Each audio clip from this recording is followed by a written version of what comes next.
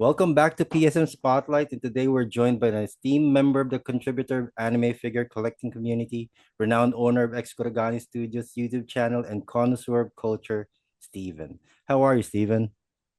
My Yeah, good man. and doing great as usual, I guess. Well, thank you for joining us in this episode. I was actually worried that you'd be busy considering how much content you've been putting out. Let me apologize for replying to your messages pretty slow. Actually, I don't remember it, just that I have so much stuff going on. Yeah. Yeah, Uh, I can understand that. uh-huh. It's a different animal when it comes to figure collecting for anime. And as you can see behind me, I'm mostly a Transformers masterpiece collector. Like Oh, we are used to actually waiting. Like, but for this instance, now before we start the interview proper, I like to give you a chance to do a little housekeeping for your channel and address the question regarding your most recent video concerning the Apex Yae Miko. This comes from your comments. oh, Like, can you explain what you meant by the titling that it is arriving 6 years later when the character only arrived in the game 3 years ago? yes, that's the thing. One thing you need to know is that most of the game characters, figures, I mean, that I purchased, I never really played the game, right? I buy figures based on whether I like the character design. So the thing is that when I said 6 years, I was really just basing on the time, I mean, the year the game launched, Yeah. but I had no idea whether Yae Miko dropped initially or much later. Mm. Mm. And the second thing is that, yeah, I'm basing that on the release date of the figure, which is May 2026. So I just saw 2020 and 2026, it is like almost 6 years, even though the character launched like 3 years later. And then even before this character came out, there were leaks online, and the Yeah. third parties were already pushing out her figures, even the character officially launched. Yeah, my contact in Mihoyo actually told me that it was supposed to be last year. And the year after that, they were supposed to be in 2024. So I don't know which is up and which is down anymore when it comes to this is created by Apex, right? The same one that did the Klee.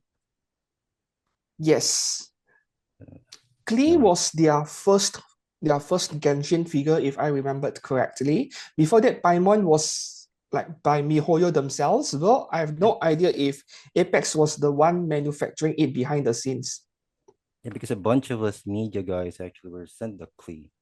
I think this was Mm. about 2 years ago for us to actually check out. So w- while we're here, the wait times for pre-order or orders, I mean, do you think it's ridiculous now how long these are? Like these are just PVC figures painted. Okay, so even I think even like 8 years, 10 years ago, I started collecting around 2011, 2012, by the way. So at least Yeah. 13, 14 years ago. Back then, we were waiting around 6 months, 8 months for a figure. But when it comes to delays were also a lot more common back then. So, for Okay. example, yeah, good smile companies Mikasa Ackerman from Attack of Titans. Yeah. Okay, that figure is a bit hard to find nowadays, but back then, that figure was delayed for over a year. Mm, In fact, my figure collection, when you scroll down to the bottom of the page, there is an activity log on the bottom right. If you click on it, you can see a history of changes that were being made to the figure, and you can find wow. it back. Yeah, it is delayed for over a year. So, what is happening today, from what I have observed, is that we are getting a little bit less delays, but longer wait overall, so that it is like the figure company is setting an expectation upfront that you should wait this long. And if the figure does get delayed, at most 1 or 2 months, but back then, delaying 4 months to up to a year was pretty common. Hmm. Do you think it has anything to do with production run regarding how many they are planning to actually sell? That they want to actually hit that target? That's why Yes, they're actually delaying it? That is actually one of the main reasons, I believe. So the thing with anime in general, today compared to just 8 or 10 years ago, mid 2010s, right? Yep. Anime is a lot more mainstream today. Mm. Yeah. So as more people get into this hobby, of course, yeah, the sales numbers are going to increase, and then they need to increase the manufacturing volume. So the same figure that they maybe made 5,000 units during for release on I mean to fulfill the pre-order numbers, maybe 5,000 units initially. Now the production number is a lot higher.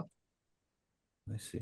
Yes, so the production quantity is going up, and to make things worse, maybe they are targeting so many markets, and then now we get more and more new figures going on pre-order every week. We have more figures now, and each figure has to be manufactured in bigger quantities. So we are seeing this effect where their workload is increasing, but their manufacturing is not keeping up. Mm. Do Mm. you think the licenses actually demand these production numbers, or it's more on the manufacturing side of things? Well, I mean, every license, every contract is different, and we don't know what is written in a contract when they signed it. But I suppose that, I mean, every company, their main goal is to turn in a profit, right? So Yeah. they want to, I mean, if they can sell more, of course they want to, because back then, the same 10 year ago story, figures becoming rare was pretty common, like rare and expensive. Yeah. And now we're seeing less of that happening, except for the adult major content figures. Those generic anime, seasonal anime characters becoming rare and expensive is pretty rare for that to happen nowadays because they are already overproducing it in advance. I mean, why would you let the internet scalpers profit when you can keep the profit for yourself, right? So manufacture more, sell more. So, in a sense, are we seeing the plot twist of anime figures turning into investments gone now just because of the oversaturation in the market? Yes, actually, in my opinion, anime figures has never been really a good investment to begin with. It is more of, how do I put it, a short-term thing. So with anime figures, for example, it is like the graph is like it is going up and then back down after a while. So for example, if that figure turns out to be unusually popular within a month to 3 months after release, sometimes even before release, you'll see the value start going up, right? But as the demand falls, it will slowly come back down. And if the figure becomes too old, 5 years, 7 years later, it will still fall anyway, the value. There are a few rare exceptions, but in general, they'll still fall over time. So if you are investing in anime figures and you want to sell it for profit, you do it within a year or two. You don't Mm. keep it for too long. Yeah. And that also is dependent on, half of it is luck, half of it is how much you know the market. For I see. example, I mean, you end up buying a figure and then within a month or two after it releases in bargain bins, then no way you're going to sell that. You're going to make a loss for sure. Yeah. Yeah. Mm. Well, okay. So now we get into the interview proper. Like, thank you for all Yeah. that insight. What Yeah. got you into collecting anime figures, and what inspired you to spin that interest into a YouTube channel? Okay. So, uh, when I was a kid, like primary school, elementary school, I loved Digimon. Yeah. And then as I moved on to high school, my interest went to Gundam. Mm. I still have a bunch of model kits in my cabinet. Which And Gundam? then a lot of them are from Seed. Mm. Like Strike Freedom and Infinite Justice, they are my first two master grades. Understandable. Yeah. Then I bought a few more. I also had some from Gundam Double O, and then I have Unicorn Gundam as well. But by the time I reached college, so what happened was that I was being introduced to normal anime, as I call it. Normal, man. I used to watch only mecha stuff, right?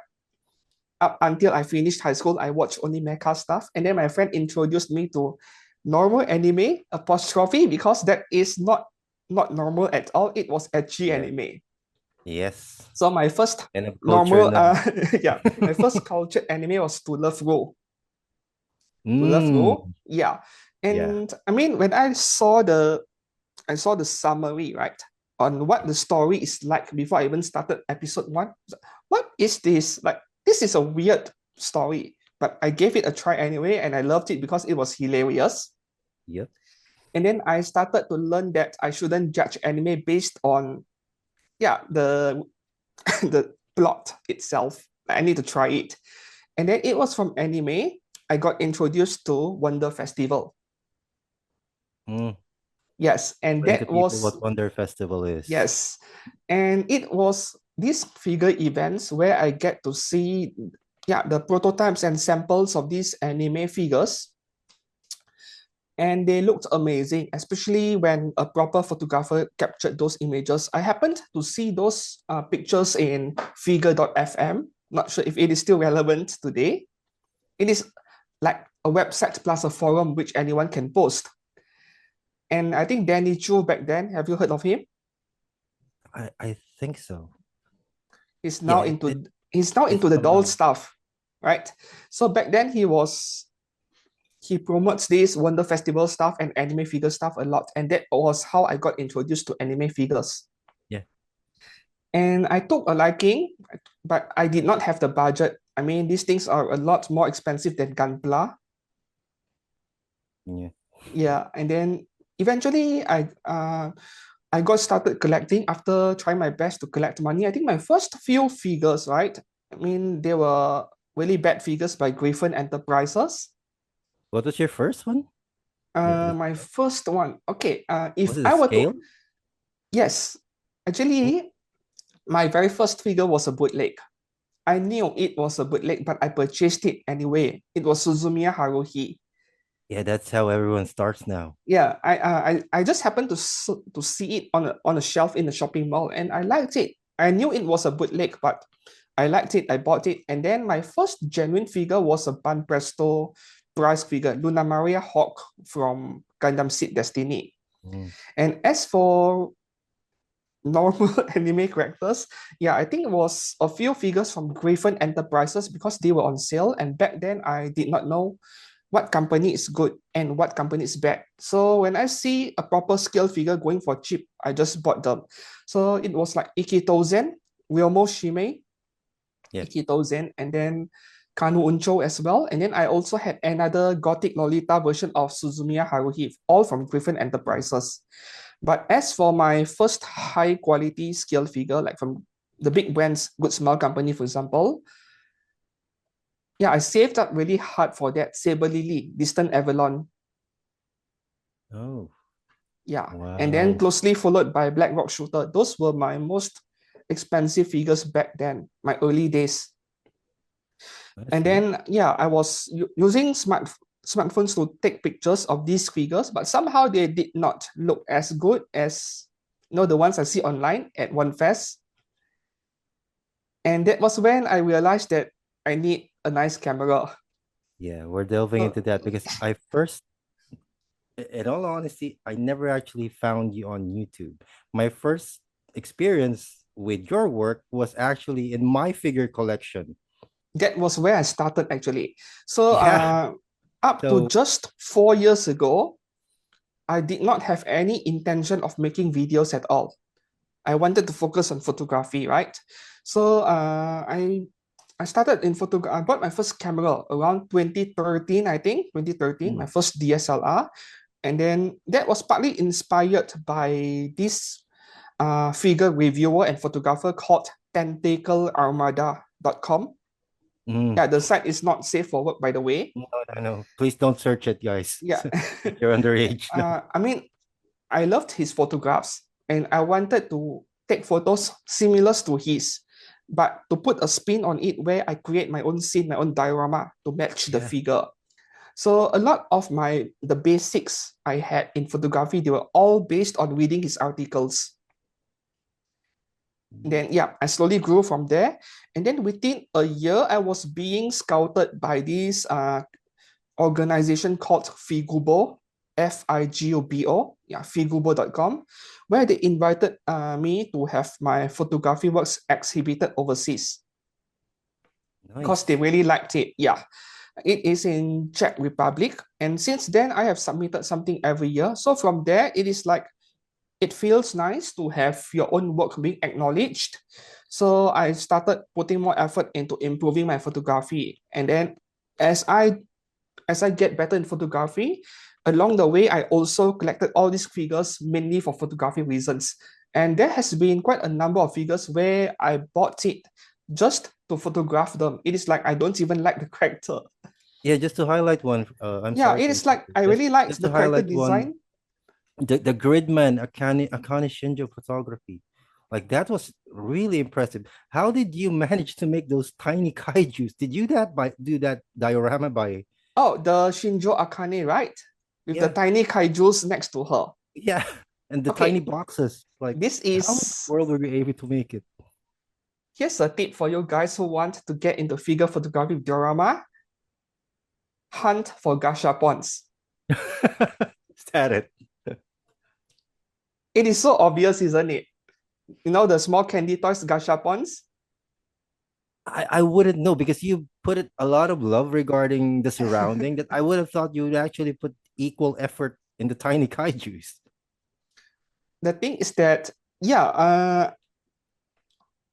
for me, my problem as a photographer is that I'm biased. If I really like the character, I'll put in a lot more effort into the scene.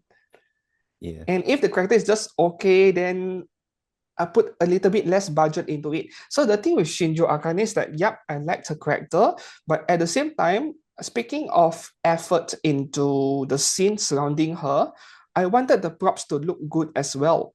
So assuming if I were to hand sculpt those tiny kaijus or if I were to 3D print them, then the results won't look as good as the Mm, ones I buy that are currently available, those made by Bandai or anyone else. So I think in order to make a scene look really good and really detailed, if budget is no object and you come across miniatures that are being sold online, doesn't matter where it is, that yeah. looks very really good, then you go for it. Mm, Yeah. So I have 3D printers, but the thing is that my skill is nowhere close. And I can't even do 3D design. Uh, I'm taking free models from the internet or purchasing some of them from the sculptors, and then I did some small modifications and print it.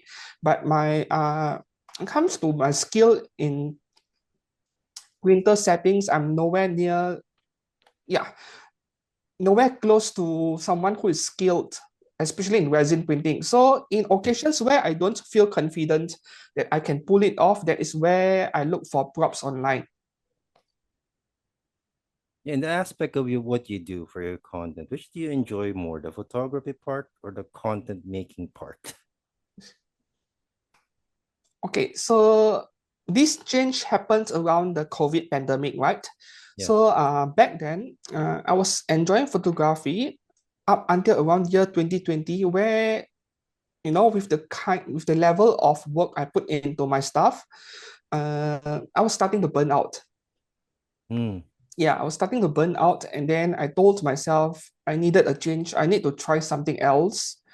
And my biggest regret was not starting video earlier. Even just a year earlier would have been very different because during COVID, where everyone was locked up at home, so yeah, they were picking up new hobbies and making videos was one of them.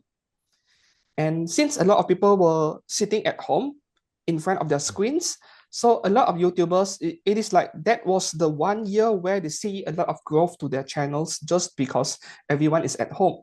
And if I had started my YouTube channel just 1 year earlier, things would have been a lot more different today. So up to mid 2020, I was still doing photography and then I got burnt out. I wanted to try something different.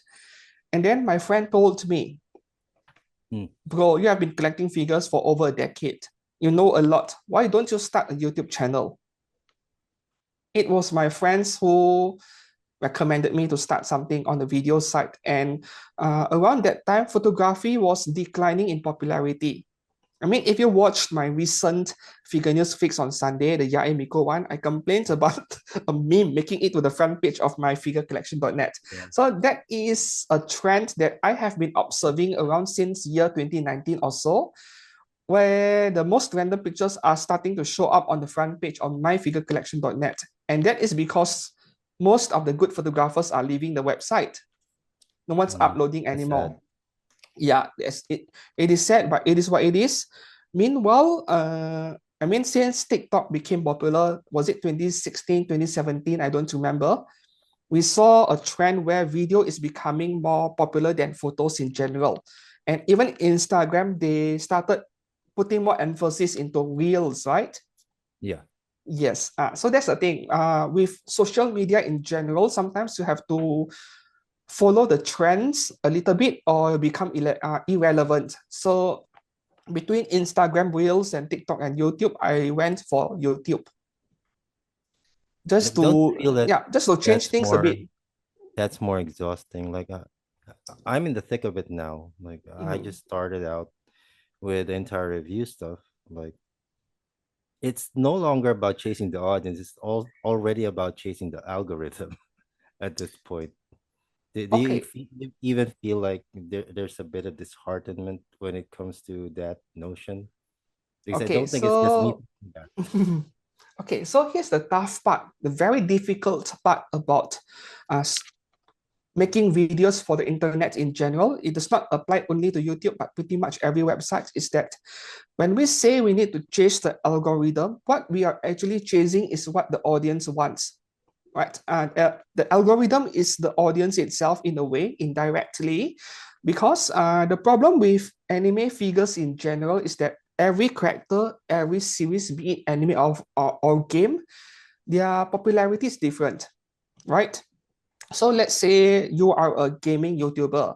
You were to do streams and reviews and tutorials on games like Genshin Impact or even Grand Theft Auto, then you can expect to get a bigger audience, more views than some games that not many people are playing.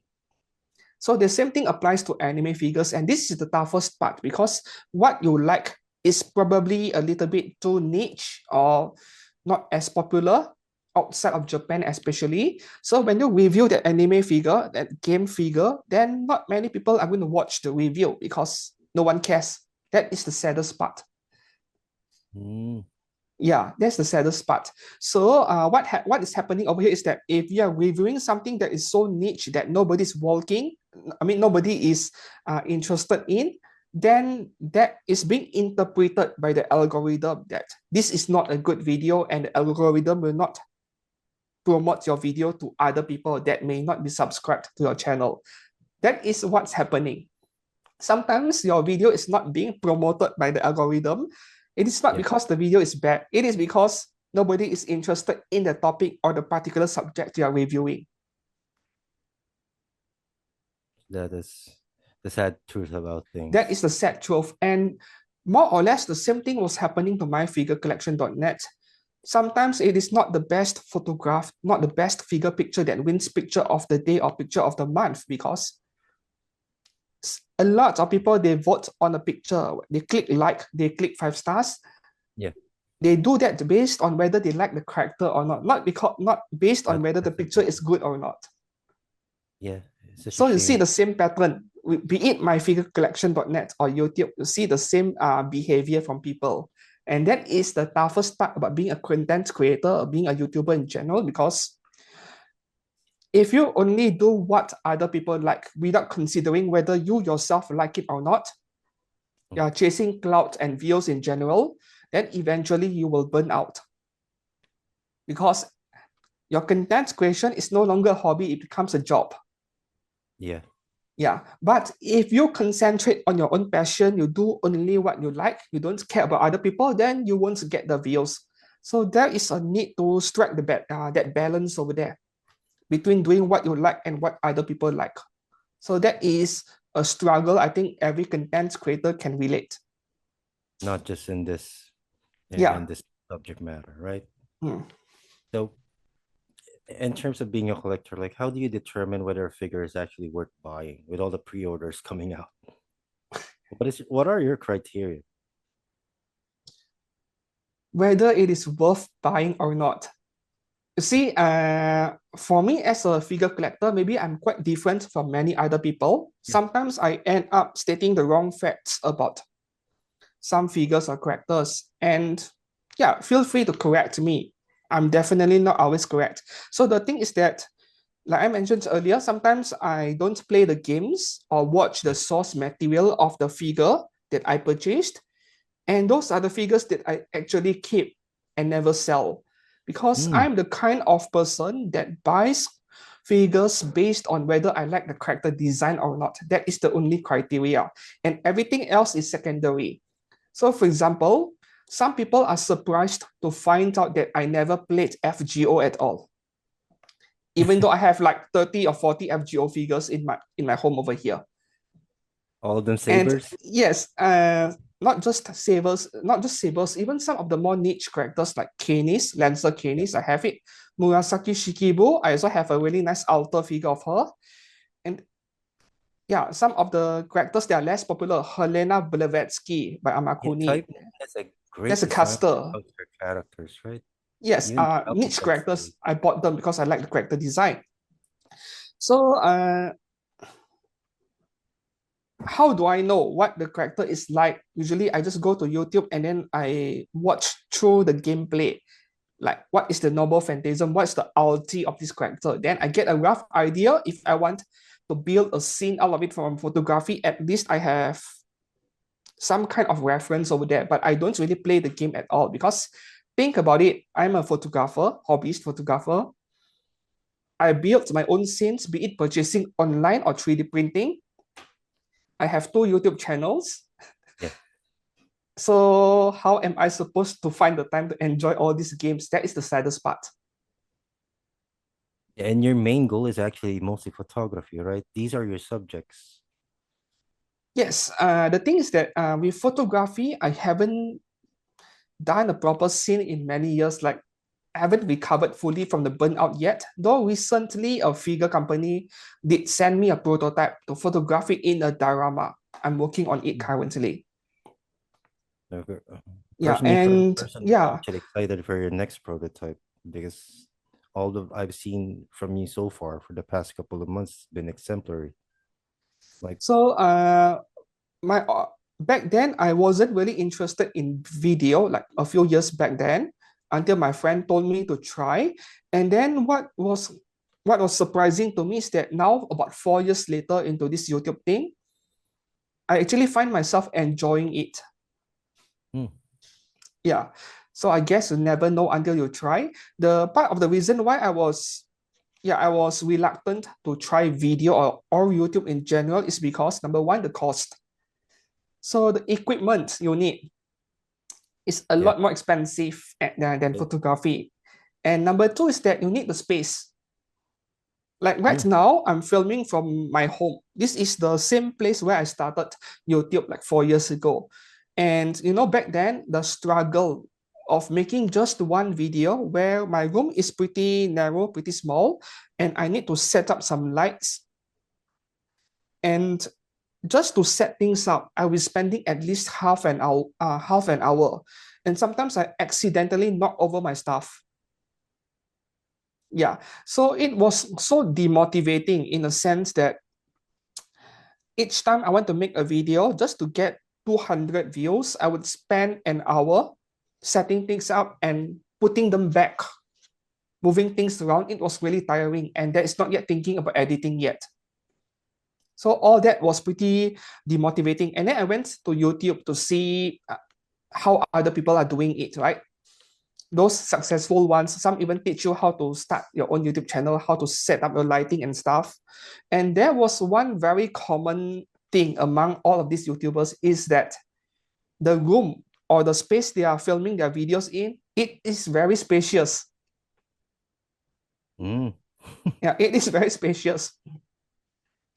So I was thinking, as long I don't have the space and the equipment, then I couldn't get my productivity up. So part of my problem is that I am a very efficiency oriented person. I want to be efficient in everything I do. And when I spend maybe 3 days to do something that could be done in a day and a half, then I'm not happy and then I get demotivated pretty fast. Hmm. Do you storyboard your content before you actually start? Most of the time, no. No, even the Yes, unboxing ones. Wow. yes. They are all impromptu, they are all spontaneous because I want to keep things as authentic as possible. So See. since I have reviewed so many figures on my channel, I already have a rough idea on the format. Like it is like writing an essay where you have several sections, right? You talk about the figures are height and the price and so on, and then move on to the box, and then move on to the sculpting, the paint tool, and so on. All of these are their own sections. So when you have done so many videos, you already know by heart in your mind that after I talk about this, what to move on to up next. You have So a you no rhythm. longer need a script. Yes, You have a rhythm already. You have your yes, timing. yes. So all of these You're on things the come time. with practice. I see. Yeah. Not to get you in trouble with any brands or anything, are there any specific manufacturers you trust the most at this current stage? Trust the most. Well, It's a I have hard been, word to actually define, right? Trust. What is trust? you see, the thing is that figure companies, they are never 100% consistent. They go up and down. Even Alter is no exception, right? I think a lot of people know how much I like and trust Alter's figures, but they have bad figures as well. Not to say bad, I think bad is the wrong word, more like a bit underwhelming, like disappointed me a little bit. And I think just in the past 1 or 2 years, I had 2 or 3 altar figures that were like that. They were almost there, but there were a few small disappointments. Just that when you look at figure companies in general, what I'm looking for is consistency. I mean, there will be times where they slip up and had a bad QC in 1 or 2 figures. It happens. But Mm. when the figure company constantly they are constantly coming up with new releases and every single one of them has issues, that is where you know you have to be careful about the particular brand. So as for the brands I trust at the moment in terms of consistency in getting like 90% of the figures out really good, yes, Alta would be one of them. Apex Toys as well. I have no idea how Apex Toys does it, but they release so many figures and pretty much every single one of them hardly has any problems in it. A lot of the 18 plus figure brands, right? Like I'm sure you Freeing, know Native, right? You know Native? native, Yeah, yes, Native and binding Binding is actually a notch below Native. is a Binding notch. is, yes, a notch below. Binding is actually much better than Freeing, but they do have that occasional issue. Yeah, because I of the think, parts for binding, they have a lot of parts that can actually be removed. For anyone who yes, actually knows, they know which part is actually being removed. So yes. that's So that the causes. thing with Binding is that they have a few figures, right? Where the face does not really look like the artwork that the figure is based on. Hmm. It is a little bit off. It still looks pretty. It is still very attractive, but it is a little bit off, at least in my opinion. Nothing too bad. Yeah. And then, yeah, those brands that have connections with Native in general, like Hot Venus, Rocket Boy, they're all Yeah. pretty good as well. Yeah, very consistent.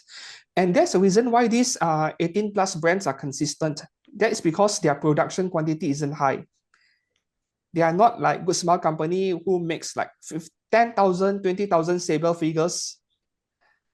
These 18 plus figures, right? The manufacturing quantity is so limited. That's why they can control the quality. And I guess because of also the scale and the least amount of detail when it comes to figures is actually within them, right? By I mean, theoretically speaking, the bigger the figure is, the harder it is to get it wrong because there's more margin for error, right? Every part is big enough.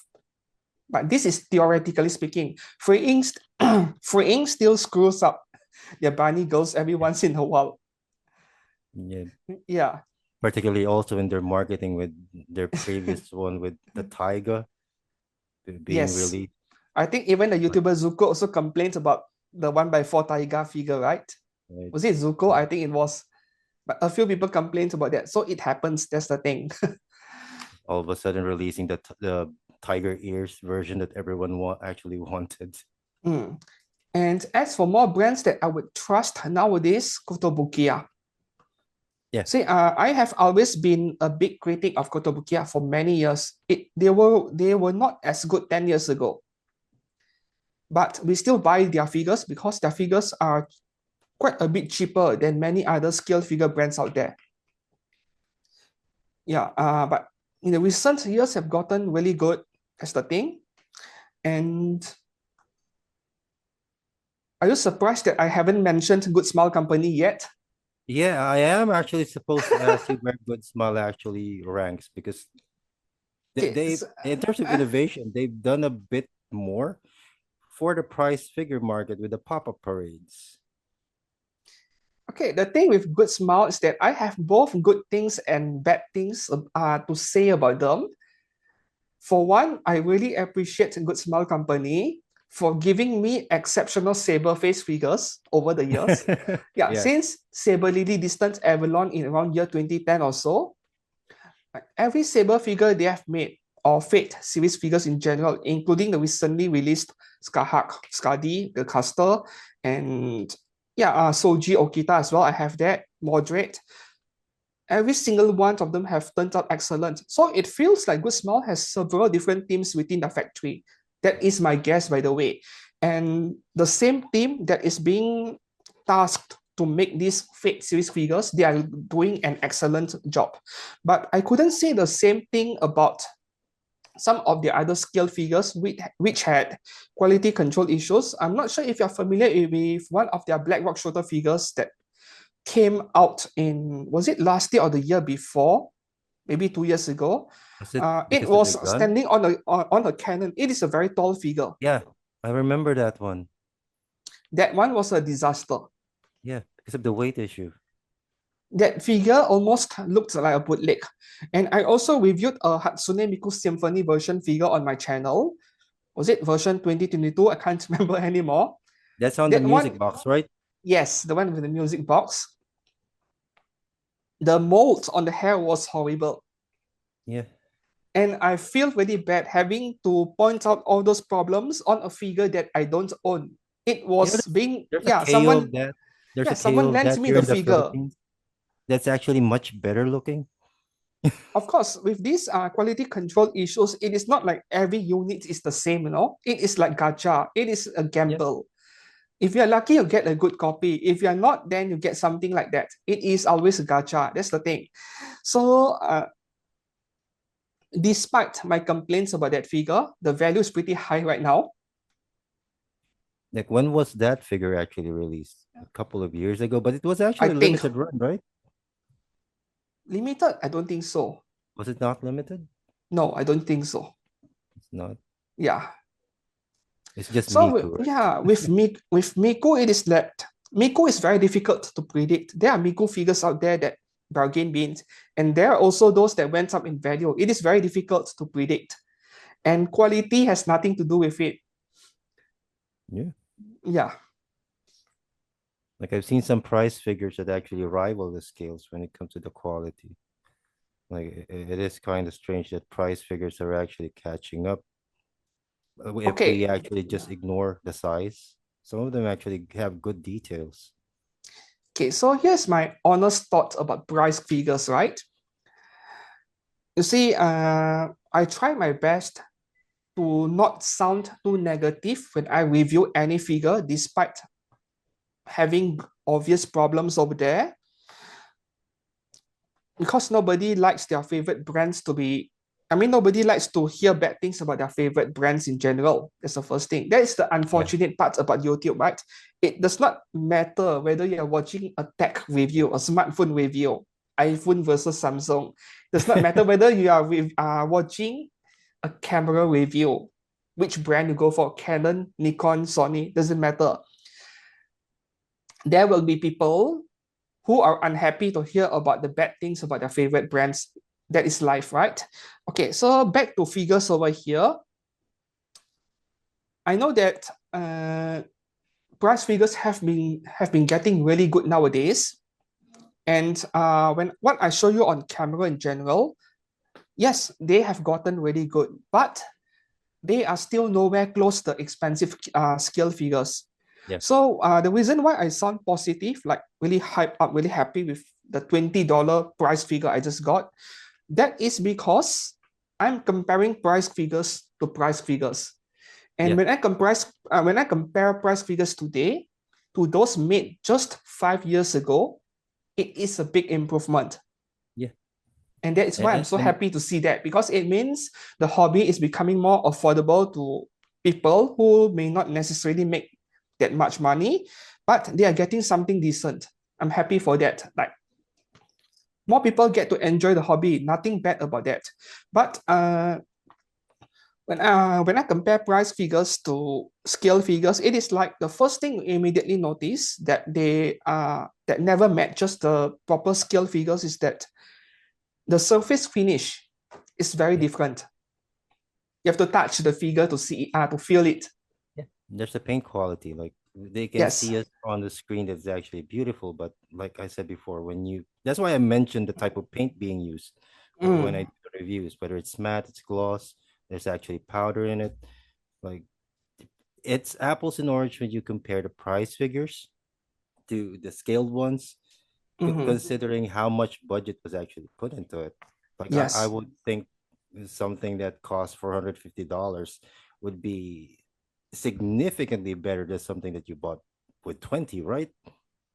Okay. So with consumer products in general, not just figures, there is this thing called diminishing returns. Mm, So when you buy a figure that costs $50 and one that costs maybe $300, is the figure that costs $300 like 6 times more, 6 times better than a $50 one? Probably not. Maybe twice as good, but not 6 times as good. yeah, But for people who really care about quality, they are willing to pay for it. The same thing applies to, for example, cars, right? You buy a small compact car and a big SUV. The big SUV is like double the cost of the compact car, but is the big SUV twice? I mean, the interior space, for example, is it twice as big as the smaller car? No, it is like 20% bigger. yeah, Yeah, same thing with figures. So the thing with figures is that when they actually put in effort to refine the figure, right, the refinement over there, that is not something you can really put a fixed value on in terms of pricing. yeah. Yeah. I think you Mm. can actually put a price on anything regarding these are works of art, by the way, in terms Yes, of how that's you the see. thing. It is a piece of art, and art in general, you can't really fix a price on it. Yeah, just all of the figures you're seeing now in the pricing, it is based on currency Yeah, conversion values and what the current market is like. I mean, if you make a 1 by 7 scale and you put it at $600, nobody's gonna buy it, right? yeah. Yeah. But if you price it too cheaply, then you're giving off the impression that the product might not be as good as what people are thinking. So we humans have a mindset where we attribute quality to price, but that is not necessarily the case. So some companies, they purposely price their stuff really high just to Yeah. make people assume that their stuff are really good or really high quality. Like, do you think the rising prices of these figures, like considering new brands like Animester and Bear Panda, all of a sudden gaining traction, like some of them might offer pretty much the same quality or a bit less, but at an extremely cheaper price. Is there still any justification to the high price that we're actually experiencing now? Okay. So Animaster and Bear Panda, this kind of figure brands, this is a new phenomenon that we have never seen before until Yeah, just a year or 2 years ago. it was actually This a is something surprise. very new to me as well. And sometimes I do ask myself, how are they pulling it off? And the only explanation I can think of is that the profit margins are insanely high for the Japanese brands, of course. Yeah, Yeah. So sometimes you see anime figures, they bargain bin by 50%, right? At Ami sale section, for example. If Ami is still turning in a profit or breaking even after slashing the prices, then I can Yeah. imagine what the profit margin is like. Of course, this big profit margin does not apply to your local figure stores in your country. No, Does it not don't. apply. Yeah, because when they import all these things from Japan, they take it from a supplier, they pay a lot, and then their profit margin is very little, 10 to 20%. So they can't even afford to give discounts like that unless the thing is obviously not selling, and then they have to either break even or even make a loss. Yeah, but it is different in Japan. That's the thing. So part of the problem with how expensive figures are is, I believe, is licensing cost. Mm, Right? So here's a very obvious example I can give you guys. So look at Figma and Nendoroid, right? Any Japanese anime character, you compare it to a Figma of a Marvel or DC character, you see the price difference over there? yeah. Yes. Yeah, this came out so long ago, I don't remember their prices anymore. Like, for example, this anime character Figma, maybe 5,000, 6,000 yen. And then a Figma Iron Man would be like at least 2,000 yen more. You think there's a inherent bias when it comes to these companies? I'm talking specifically to the gacha companies when it comes to the games like Azur Lane and such. Do you think there's a bias within the mentality on how they can price their products just because of how much people actually spend on their games? Yes. Can Do give you you a agree very with? quick answer. The answer is yes. So this is pretty obvious in Fate Grand Order FGO. Yeah. Yes, I think except for this brand called Our Treasure, where they make very plain, simple swimsuit figures, I don't think I've ever seen an FGO figure going for under 20,000 yen in the recent few years. I mean, Kotobukiya, the figures are pretty, I wouldn't say affordable, more like very reasonable in pricing. Yeah. But when they do make an FGO figure at a normal 1/7 scale, you see the price go up by at least a few thousand yen. And the Yeah. only reason I can think of is the licensing cost, like Type Moon and was it Aniplex? Who's the owner? Can't remember.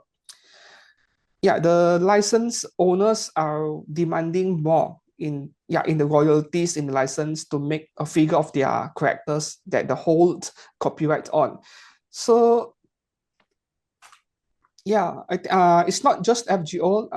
If you're asking whether Azerlane is also one such example, maybe because I'm not that familiar with Azerlane. But with Azerlane, I think the variety is so big, so many choices that if you Yeah. find the outer figures are too expensive, you don't have to buy them because we have Apex Toys and also what's the name again? Any game Yeah. making really good Azerlane figures for maybe 20% cheaper, like 18,000 yen to 25,000 yen range, right? Outer is up to 30K easily. So you can look at those as well. I see. Yeah. So we're nearing the tail end of our interview now. Like in terms of figure collecting, what trends have you seen actually is dominant right now in our environment? Well, You yourself, we in call terms of this changes regarding we you call and how this. this we call this hobby collecting anime figures, but I think we're buying game figures, right? I couldn't agree more. That's the thing. So anime today and anime from just 5 to 10 years ago, they are quite different. And I watch a lot of anime. I could have started an anime YouTube channel if I wanted to, but no, thank you. Very oversaturated as well. So the thing with anime is that nowadays I find it harder to enjoy anime. We have like there are less good anime nowadays compared to the past. Same problem with anime figures, right? So these anime production studios, they are pumping out more and more anime every season, quantity over quality. So the quality With is longer affected. names. With Yes, longer names. quality is affected. I mean, sometimes I can sound really harsh with my criticism on anime. I call them third-rate isekai, but it is what it is. The reason why these anime are not that good to begin with and the budget they allocate is pretty low is because they are not expecting to make money from the anime to begin with. That anime, that one single season of 12 or 13 episodes, it is meant to sell the manga or the light novel it is based on.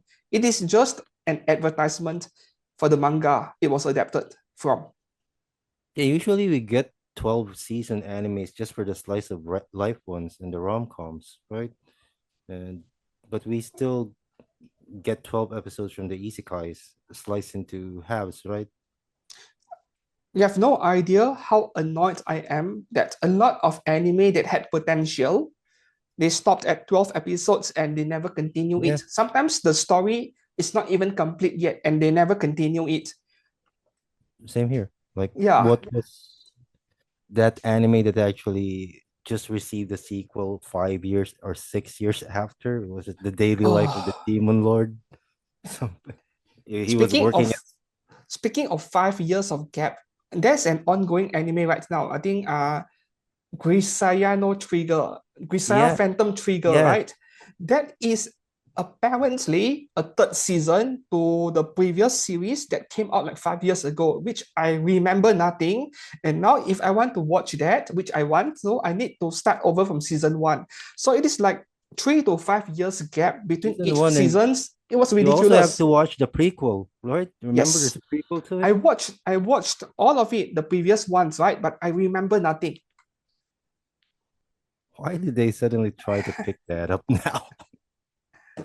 It's a good anime for those that It's are good, watching. right? We Yeah. just try to actually see it. So, It's a bit brutal, by the way. So and I'm a little bit surprised that there are no new Grisaya figures coming out, even though the anime has been airing and almost ending, I think, right? End of March, I think. yeah, So I'm end quite of March. surprised that there are no new figures from Grisaya, and the existing ones that came out a few years ago, no re-releases at all. I'm a bit surprised by that. Yeah, Yeah. guys, please check it out. It's a good anime. If you like action with a bit of etch, that's it. The bad news is that if you did not watch the previous seasons, you are likely going to be very lost. You're likely to Yeah, feel lost. Like, and I what guess am I watching? Yeah. the prequel is a must watch, right? For you to One of actually the OVAs was amazing. The one where he described the main characters when he was a child and then he was being raised by this woman. That 1 hour yeah OVA. That was amazing. I the watched it back in college, man, like 10 years ago. the God. virginity taking scene. Yes, yes. But if you put that aside, the story was amazing. I'm surprised we still haven't gotten a figure of that series yet. Do you recall That any? purple hair girl, I don't remember names by the way. I'm bad at remembering names. There were a few scale figures of her, and one of the best was the one by Orchid Seed in bunny girl outfit, hugging a pillow in the shape of a carrot. That was re-released once, I think. That one was amazing. So I was quite surprised that Orchid Seed did not re-release that one with the launch of the new third season. So your main perception of the anime collecting now is actually game figure collecting now. It's more game collecting now. Interesting. Yes. With like I said earlier, with this low effort anime that they are coming up with right now, it also translates into no anime figures because nobody would buy them. Yeah. Nobody would buy them. And for those few series that had figures made, they are all the low budget stuff, right? Pop up parades, for example, Tenitol or price figures. Because the people, the audience, the age group that watch this kind of anime, they are younger. They tend to trend towards younger age group. So it is not like these people had the budget to buy expensive scale figures to begin with. Mm. And the reason why these are expensive scale figures, 25, 30,000 yen, they are mostly game figures now, game characters, is because the very same people playing these games, right? They are big spenders. I mean, these Yeah. people spend so much money in FGO gacha and all these things. So they can afford these figures. That's the thing. Yeah. F the free Ah, to play. We don't care about the free to plays. yeah. I mean, if you are a YouTuber and your channel is monetized, you're making money from YouTube. Yeah. There's this very important section which you shouldn't overlook, which is the age group of your audience. Age group, right? So if the content you make it attracts a lot of people at 18 to 29 years old or even below that, younger than 18, then the amount of money you make is really low because people of this age group, they don't have spending power, which means they are not attractive to advertisers and advertisers will pay less money. If a lot of 30 plus, 40 plus year olds are watching your videos, then your ad revenue would go up. Same reason. Yeah, So they also this have this limited concept spending. of age group and spending power also applies to anime figures, and why we are seeing what is happening to the anime figure market right now, which is game characters trending, trending game characters rather than anime characters, because the gamers are the ones spending money, not the ones watching anime. Yeah. Uh, On a final note, like with the gift of hindsight, what advice would you have given yourself when you were starting out as a collector or as a YouTube content creator? Everything that you know now, what would you say to younger Steven?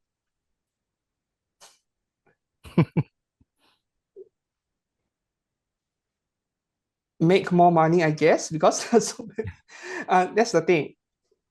So the thing with, like I said earlier, the thing with YouTube is that I regretted not starting earlier. I think that was my biggest regret. But at the same time, budget was a huge issue, right?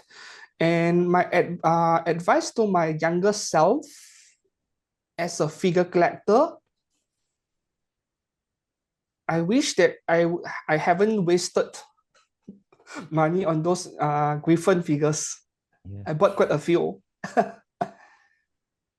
But that was a I mean, gateway, right, yeah, for if you? you are a relatively new figure collector, you might have never heard of Griffin Enterprises, but they are pretty infamous in a way back then. And they have been around for really long before they went bankrupt in around year 2019 or so. So their figures are just bad in general. Like even until today, if you compare the worst figure companies to Griffon, I think only one can match Griffon, and that is Fort Japan and Beeful. But other than that, I don't think I've ever seen a figure company in history that is as bad as Griffon. But I bought them back then simply because they are cheap. So the lesson I learned from this, and I would like to tell everyone else the same thing, is that instead of focusing on quantity, I think I would rather you focus a budget on quality. Have you ever So bought a figure that you feel you wouldn't like but would do well on YouTube?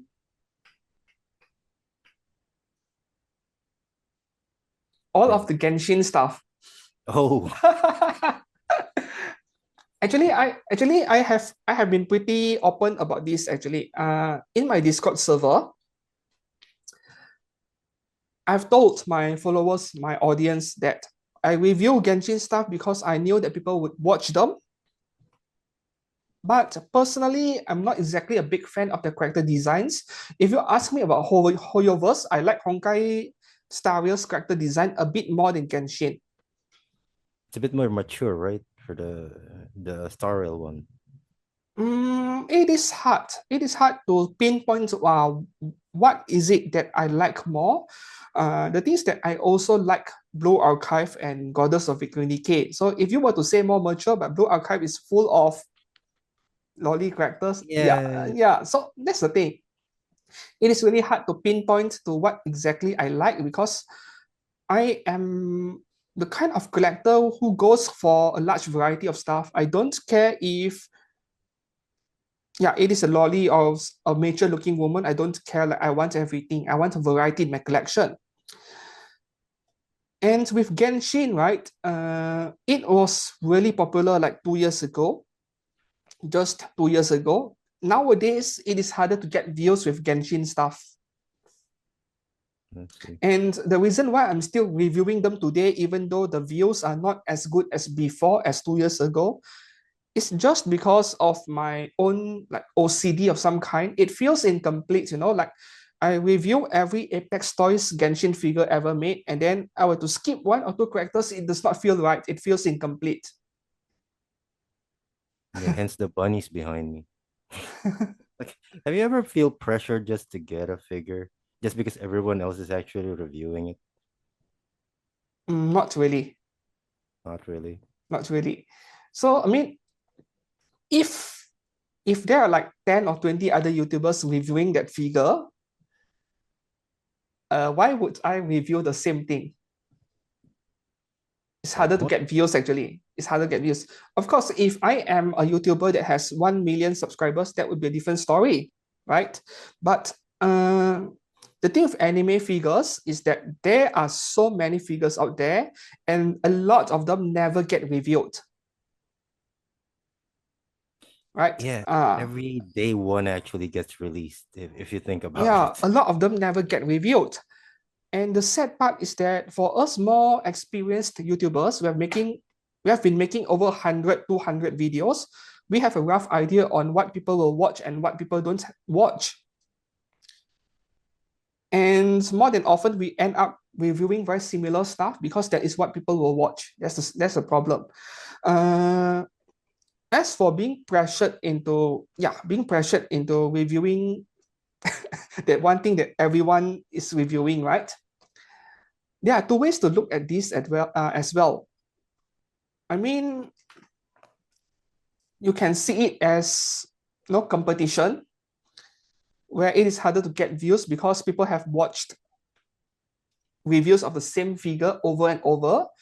But that also doesn't guarantee you won't get any views as well, because we see this pattern with Yeah.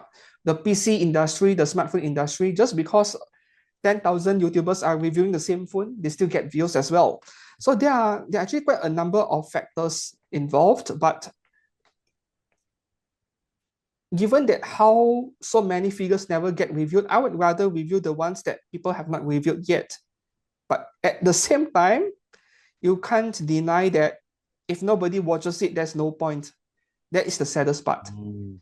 Yeah. There's also If that you, yeah, there's also that part where if you're the best reviewer for that figure, if your review is actually, if you look at other reviews for the same figure and you know what they lacked and you actually implement them in yours, there might be a positive contribution to that, don't you think? yes, because every review and every perspective is different. Mm. So before you buy anything, in fact, doesn't matter what it is wise to watch multiple reviews, not just one review.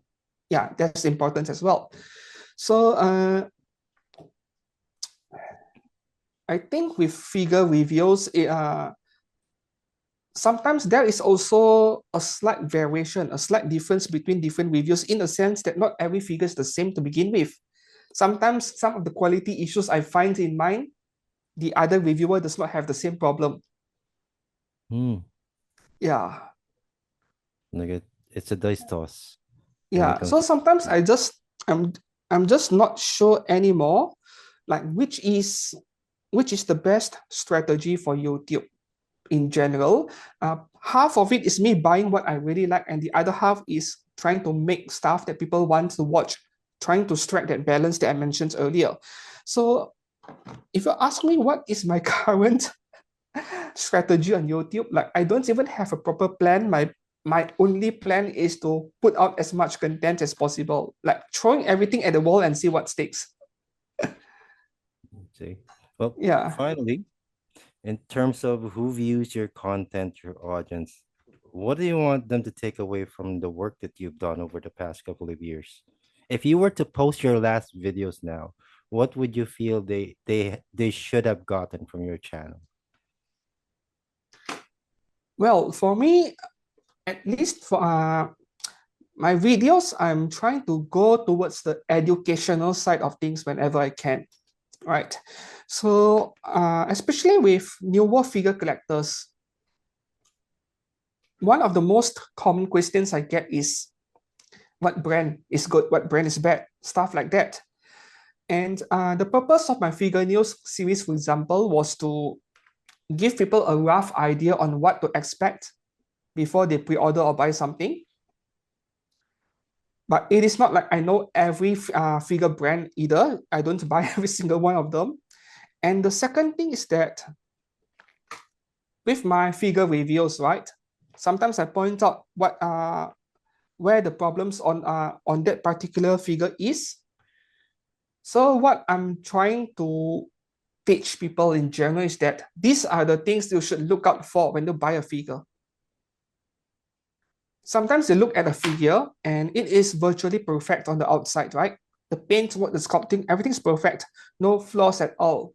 But then maybe the figure wobbles a lot, or the figure is standing on one leg with no support. And then years later, you might face problems that you never thought would happen. So there are certain things that you need to look out for. And yeah, some outer figures, they have this issue. Like the figure itself is perfect, but the support part, the stability part is an issue. So sometimes we focus only on the paint, the sculpt, and then we forgot about other things that may never cross our mind. So that is the goal of my videos, is to teach people what to look out for in anime figures in general. Though it may sound a bit repetitive, I mean, once you review like 100 figures, then sometimes you'll feel like you are pointing out the same thing over and over. I do feel that way at times. Yeah. Yeah. Well, with that being said, thank you for joining us, Stephen. Again, this has been a joy for me to actually speak with you. And to our audience, I would advise you guys to like and subscribe, share EXkurogane Studios. Visit his channel, have a look at his content, particularly the old ones, because that's where the education part comes from. And I can't actually understate. I feel like it's an understatement now when I say it is very educational to actually watch his older stuff and watch the new stuff for the fun. So yeah, with that being said, for this channel, please don't forget to like, comment, subscribe, share, all that jazz. And until next time, thank you very much. Thanks and goodbye, everyone.